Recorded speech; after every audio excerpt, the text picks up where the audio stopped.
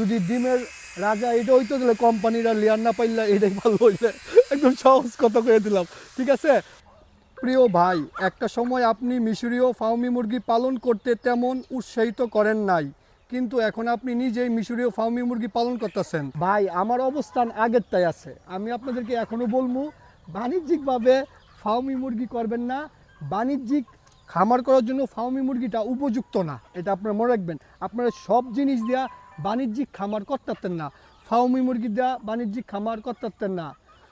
Tiger মুরগি দিয়া বাণিজ্যিক খামার করতেন না। কাদাকনাথ মুরগি দিয়া বাণিজ্যিক খামার করতেন না। বাণিজ্যিক খামার বলতে আমি কি বলতেছি দেখেন, মানুষে দেখবেন কি 1 কোটি টাকা খামারের ভিতরে করছে ইনভেস্ট করে, সে পালবো লেয়ার বা ব্রয়লার বা সোনালি কন্ট্রোল শেড করে। কন্ট্রোল শেডগুলোর মধ্যে ভাই কী পালে, হয় লেয়ার পালবো, ব্রয়লার পালবো, সোনালি পালবো, এই টাইপের মুরগিগুলা। এগুলো হচ্ছে বাণিজ্যিক খামার করার মুরগি। যেই মুরগির পিছনে আপনি কোটি টাকা ইনভেস্ট করবেন, কিন্তু ফার্মি মুরগির পিছনে আপনি লাখ টাকা ইনভেস্ট করলে ঝামেলা, কারণ এটা বাণিজ্যিক খামার করার মুরগি না। বুঝতে পারছেন? এখন আমি আনছি, আমি জানি আমার চ্যানেলে এই ভিডিও দিলে কেউ না কেউ আমার হতে প্রশ্ন করবই যে ভাই আপনি এর আগে আমাদেরকে বললেন ফার্মি মুরগির খামার করা ঠিক না, আপনি কেন নিজে পালতেছেন? ভাই আমার নিয়তটা আমি বলি সিম্পল। আমার এই যে ভাই কারখানা, এই জায়গায় আপনার 5-6টা ছেলে কাজ করে, এটার ভিতরেই খাবার দাবার পাক শাক থাকা সব কিছু হয়। আমি এই জন্য 80টা মুরগির থেকে মুরগ আনছি, 60টা মুরগি আনছি ভাই, 20টা মুরগি আনছি। আমার দেখেন ভাই ঘাসের জমি আছে, এই ঘাসের জমিতে ফার্মি মুরগি সবথেকে পজিটিভ দিকটা আমি আপনাদেরকে বলি। ফার্মি মুরগি সবথেকে পজিটিভ দিক, একদম দেশি মুরগির মতো চঞ্চল, দেশি মুরগির মতন ঘুরে ফিরে খায়া বড় হয়। মানে আপনার যে একদম ফিডই দেওয়া লাগবে এমন না, ফিড ছাড়াও এই মুরগিটা পালন করতে পারবেন। এই জন্য আমি আনছি যে ঘাসের জমি আছে। ফার্মির মাংসটা খুবই মজা, মানে যে খাইছে বলবো যে না ফার্মি মুরগির মাংসটা খেতে মজা।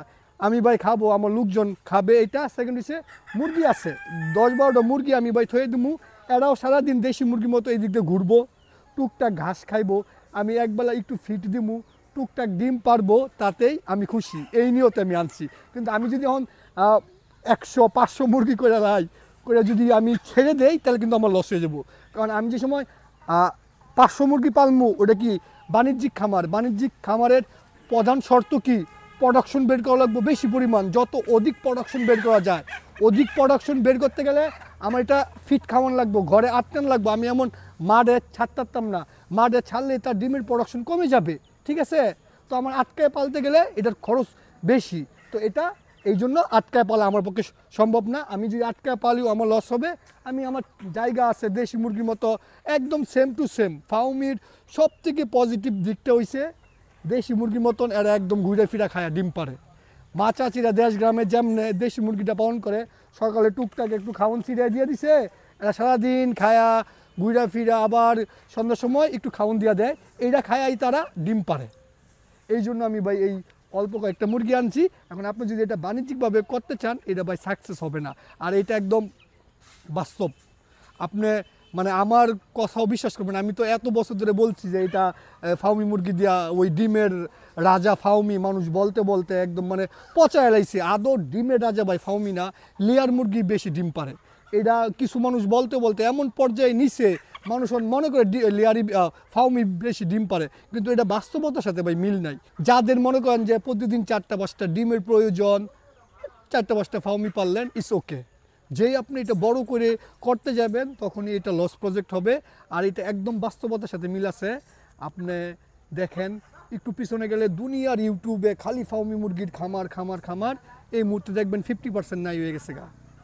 আর 2-1 বছর পরে গেলে দেখবেন আরও 20% নাই হয়ে গেছে গা। লাস্টে এই 10% থাকবে, আর এই টুকটাক বিজনেস করবে। কারণ এইটা যারাই বিজনেস করতে চাইবো, প্রধান হিসেবে এটা বিজনেস করতে চাইলে ডিম বাচ্চা উৎপাদন করে, বাচ্চা বিক্রি করে বিজনেস করা লাগবে।